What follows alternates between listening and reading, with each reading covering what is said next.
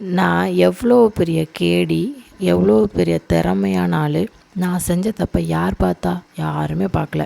இனிமேல் நான் செய்ய போகிற தப்பும் என்னை தவிர வேறு யாருக்கும் தெரிய போகிறதில்ல. நான் எவ்வளோ பெரிய கெத்து பார்த்தியா அப்படின்னு உங்கள் கண்ணு முன்னாடி தப்பு பண்ணிவிட்டு கொஞ்சம் கூட, கொஞ்சோண்டு கூட குற்ற உணர்ச்சி இல்லாமல் சுற்றுறாங்கன்னா, ஒரு விஷயத்த மட்டும் நீங்கள் ஞாபகத்தில் வச்சுக்கோங்க. தப்பு பண்ண அவங்களே சந்தோஷமாக இருக்காங்க, நான் ரொம்ப கவலையாக இருக்கேன் அப்படின்னு ஒரு யோசனை உங்களுக்கு வருதுல்ல, அதனால தான் உங்களை ஞாபகம் வச்சுக்க சொல்கிறேன். தப்பு பண்ண எல்லா தப்பையும் நீங்கள் இல்லை, நான் இல்லை, யாருக்குமே தெரியாதுங்கிறது எந்த அளவுக்கு உண்மையோ, இது எல்லாத்தையும் நம்மளை ஆட்டி படிச்சிட்ருக்க அவன் பார்த்துட்ருக்கான். சரிங்களா? ஆடுற காலம் வரைக்கும் தான் ஆட முடியும், அடக்கிற காலம் வரும்போது அடங்கி போய் தான் ஆகணும் அப்படின்னு சொல்லுவாங்க. எல்லாமே உன் அடக்கங்கிற ஒரு சமாதிக்குள்ளே போகிற வரைக்கும் தான். அது வரைக்கும் நீ ஆடுன்னு கடவுள் விடுவார்னு சொல்லுவாங்க. ஆனால் அதெல்லாம் அந்த காலம். இப்போது தப்பு பண்ண எல்லாரும், அதுவும் உங்கள் கண்ணு முன்னாடியே முழுசாக அந்த தண்டனை அனுபவிப்பாங்க.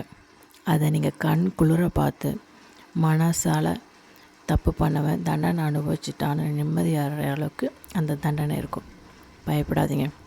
உங்களுக்கு துரோகம் பண்ணிட்டோ, இல்லை உங்களால் மறக்கவே முடியாத வழியை கொடுத்துட்டோ இன்னொரு மனுஷன் சந்தோஷமாக வாழ வாய்ப்பே கிடையாது.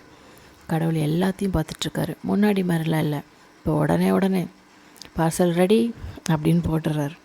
ஸோ ரொம்பலாம் கவலைப்படாதீங்க. உங்களுக்கு துரோகம் பண்ணிவிட்டு அவங்க சந்தோஷமாக வாழ்கிறாங்க, அவங்க தப்பு பண்ணிவிட்டு அவங்க சந்தோஷமாக வாழ்கிறாங்கன்னு உங்களுக்கு மன வருத்தம் இருந்துச்சுன்னா, ஒரே ஒரு வார்த்தை உங்கள் மனசுக்கிட்ட சொல்லுங்கள்.